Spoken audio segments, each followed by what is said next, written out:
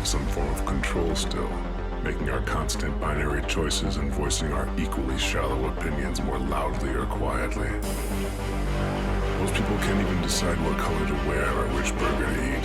Well, does it matter, man? Autonomy is an illusion.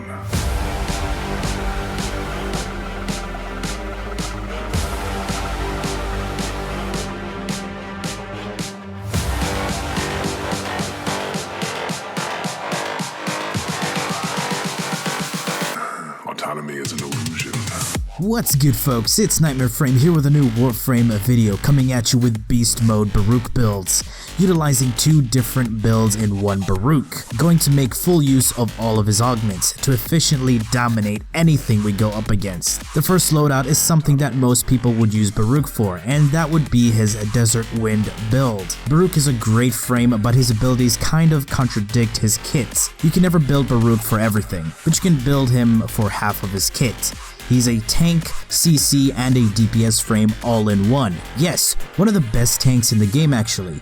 He is a dodge tank and a face tank. His third ability grants you a 10% damage reduction per dagger, which caps out at 90%, and the amount of daggers scale of power strength, which you can recast at any time. Now you'll see people building him for insane amounts of power for the daggers, but relax, you don't need that much. Another great thing is that with the status changes going over 100% status chance, you get bonus elemental procs. And since Viral got a change, it's a damn good element to run on his Desert Wind with his Reactive Storm augment. His augment, Reactive Storm, grants you 250% status chance that scales with power strength and adapts its elemental damage type to the enemy's elemental weakness. Now these builds are tailored to my playstyle. Don't think this is the end-all be-all way to mod Baruk. You can always tweak these builds to your playstyle. Taking a look at the first build, you can run whatever aura you want, but I prefer Corrosive Projection.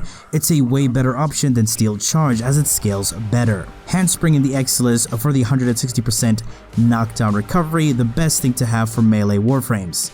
Reminder, spending less time on your ass is a huge DPS increase. My power strength is at 234% with the use of the two Umbral mods, Transient Fortitude, and Augur Secrets. This gives me a total of 18 daggers, 585% status chance on my Reactive Storm since I have the augment equipped, and Fleeting Expertise for the additional efficiency and negative duration. It's best to have negative duration so you can erode your restraint meter as quickly as possible. And with the changes to shield gating present, no point to really run Hunter Adrenaline or Rage as you barely take any health damage, even in high level content. And you have so much damage reduction on your shields you rarely take many hits, and Adaptation helps out on the damage reduction even more. Along with Rolling Guard, it's a personal preference, but you can swap this out for anything else. It's great for engaging and removal of status effects, and perfect when a nullifier takes your daggers out. And in the Arcane's department, I got Arcane Strike for the attack speed increase, and Arcane Guardian for the additional armor. That's if your shields break. But you can also run Arcane Aegis, and to make more use of Arcane Aegis, you can replace Rolling Guard with Redirection. And now moving on to the Desert Wind build. Pressure Point and Condition Overload. Yes, these two together because of how Reactive Storm works. You want your Serene Storm to deal initial damage and then adapt to the element, and it's a good DPS increase. I'm running the Viral and Heat combo. It's a simple and a deadly build. Unfortunately, you cannot run Acolyte mods like Blood Rush on an Exalted weapon, and since that you can't build combos, it's not gonna be that worth it either. But yes, you can run Guardian Derision to build up combo when you block. That can go really well with the Gladiator set so you can get those red crits, but I find that too much of an effort for something so small in terms of a DPS increase. Now we move on to a more passive and stealthy setup. Great to subdue your opponent. This build will have you utilize your first two abilities. Elude, your first ability, will still have you take damage when it comes to explosions and other forms of splash damage, but projectiles and melee attacks completely pass through you as long as you don't attack. And using your second ability to put them to sleep, I will use this ability along with its augment to keep the entire room asleep, and crowd controlled. With each finisher kill, you will lull the enemies with 50% of the remaining duration, basically having everything catching some Z's. Taking a look at the build, corrosive projection in the aura and handspring in the Exilis, if you get too close to a heavy unit, you can get knocked down and you will proceed to take splash damage, which can be lethal even with shield gating. And this build will ignore power strength. I have 235% range with overextended and stretch to get a 360-degree angle on my elude. So enemies shooting from left, right, wherever, all projectiles will pass right through me. And the range gives me that fantastic coverage for my lull. Fleeting expertise at rank 4 and primed flow for the energy pool. You want to have a base duration and not go any higher, as the lull will take ages to put things to sleep. This is a cleaner and a more efficient setup. Natural talent for the casting speed for the instant cast and faster reaction time for you.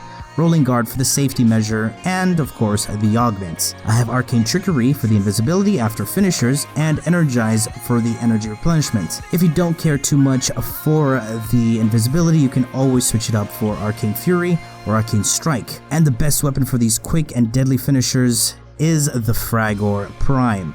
Hammers just deal better with finishers. Yes, you could use the Schiaggiati, but it's not as efficient. In the build, you would want raw damage, crits, attack speed, and elements with the mod finishing touch, just for the finishing touch. I'm so sorry. Berserker will not increase your finisher attack speed, but raw attack speed will.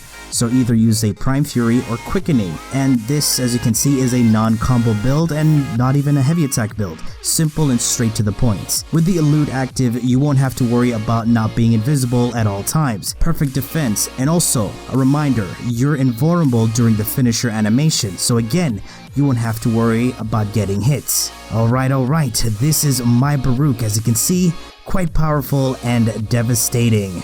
I hope I've helped you out in modding Baruuk with the new melee changes and all that hullabaloo to make him one deadly monk boy. That has been it from me. I do hope you've enjoyed this video, and if you did, feel free to leave a like, share, and subscribe. For more Warframe content, streams, and so much more, do refer to the description. Thanks for watching, and as always, peace.